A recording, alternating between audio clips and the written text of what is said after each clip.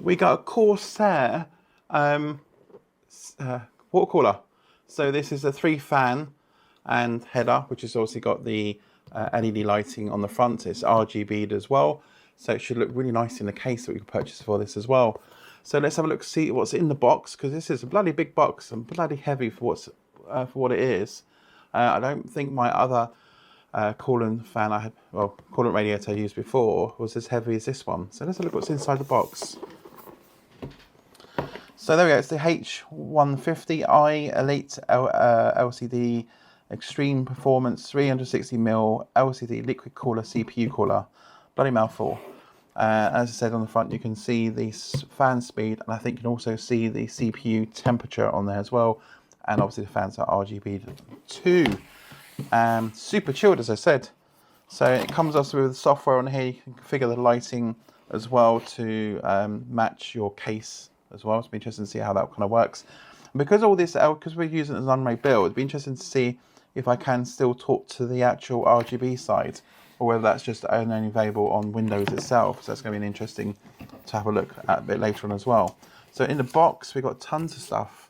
So we've got brackets to install that on the motherboard, and all the screws that we need to fit that as well. I think there's additional brackets for different size CPUs or different size motherboards to support that, which is great.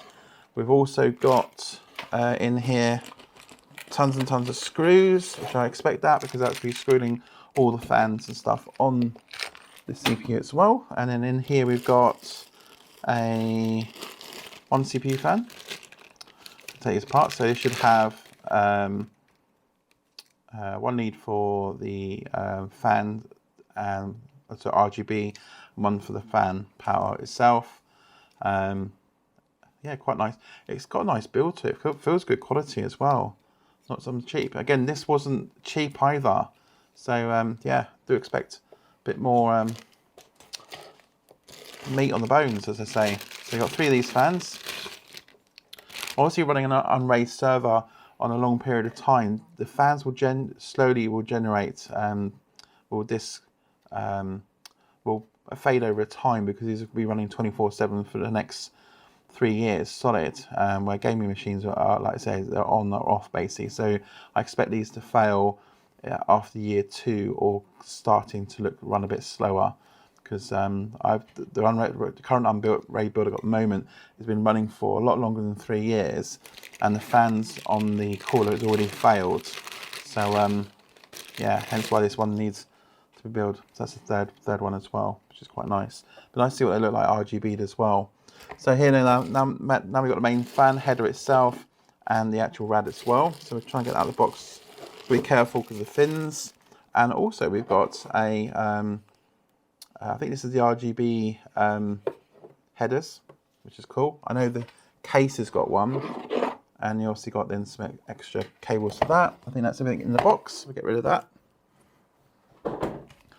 And this is the rad itself. I'm hoping my case fits it. So I thought, because normally I go for a two fan rad itself. So I decided this one because it's going to be a much faster Intel processor. We're not going to be run on AMD, because I've always gone for AMD builds.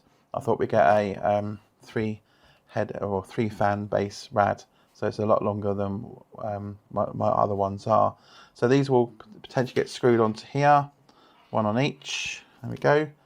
And I'm going to be very careful, because some of these already got, there's 2 there, got bent fins. So I'm going to be very careful unwrapping this.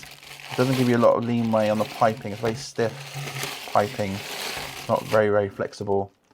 So that's off. So here's the header itself. So again, it's got so we've got the cables here for the power to the pump, USB, I think, where it takes the power from for the RGB side. You got the RGB header here. I assume that's for changing the color, and obviously where it gets its. It'd be interesting which I think one of these actually where you got USB. So I assume that controls the colors and stuff, programming it. That's one on its own. And I assume that is what sends the data to this for maybe how it gets its CPU temperatures and speed on it as well. But it's lovely, actually, really nice, and a really nice plate on the bottom to really absorb all that heat off the CPU, and it kind of that will cover more than CPU itself, which is really nice, and make sure I've got some good contact with that. And obviously it comes with its own thermal paste on there. I think that's really great having the thermal paste already on there. That way you don't put out too much on, or don't put too little on, because you can do that sometimes as well. There you go. So I'm hoping it'll fit nicely. I'm hoping this will fit really nicely in the case I purchased it for, because I did kind of look at the case to make sure it can support this kind of size rad as well. So I'm hoping it's the right case I chose, because the case is not cheap either. I went for the cheapest case because it's just going to be running UnRaid. It doesn't need to be RGB'd, but obviously it's very hard when you're buying a gaming rig that's got some super speed on it for it. It comes with the RGB side as well. So yeah, it'll look nice to look at when it's all on. So we're kind of learning. And the interesting thing, because I'll be running VMs on here, and it's not going to be Windows 11 on itself, it'll be interesting to see if the software I can somehow bypass, so we can still run the RGB colors and change that at will. So that'd be interesting to see if that will work. As I said, it's not going to be Windows 10 or 11 directly built onto the system. It's going to be UnRaid as the operating system, and then we're going to have Windows 11 as a VM. So it'll be interesting to see if the software will still talk to the RGB in the case, so we can control the colors and stuff to match. Because we don't want, the RAM running in red and the fans are running blue, and it's got mismatched colors and stuff inside there. It'd be interesting to see if the software will talk to it. Again, it comes with a nice, I assume this is the RGB header on here that talks to it all. So this is probably the main controller. So see if we can actually bypass this through to one of the VMs that can control this, because that'd be interesting as well. So yeah, so it'd be interesting putting this together, because I've never done a RGB one as with all this kind of new features on it. So it's going to be a first for me. So we'll get this mounted on the motherboard on another video. I'm going to read the instructions to make sure I've got all the right connectors for it, and make sure I've got all the right bits and pieces that I need as well. Because I haven't thought about additional cabling just because I need to extend something. Because if this fits in the case, I'm hoping everything will fit nicely. It's got the right cable lengths as well. Because in the past, when I fitted rads, I've had to use some extension cables because it didn't always gone the way I wanted to go as well. So we'll have a look at that. So next video coming up very soon, we'll be installing the cooler with the CPU on the motherboard into the case, and then we can get to start firing it up and make sure everything works. So if you like this video, thumbs up. If you want to see more videos like this, please do subscribe down below there, and I'll see you in the next video. See you soon, guys. Cheers. Here at SMJ Media Group, we are a non-profit company supporting local businesses by making fun media content. If you like our content and would like to support us, please go to buyusacoffee.com/SMJ Media Group and buy us a coffee.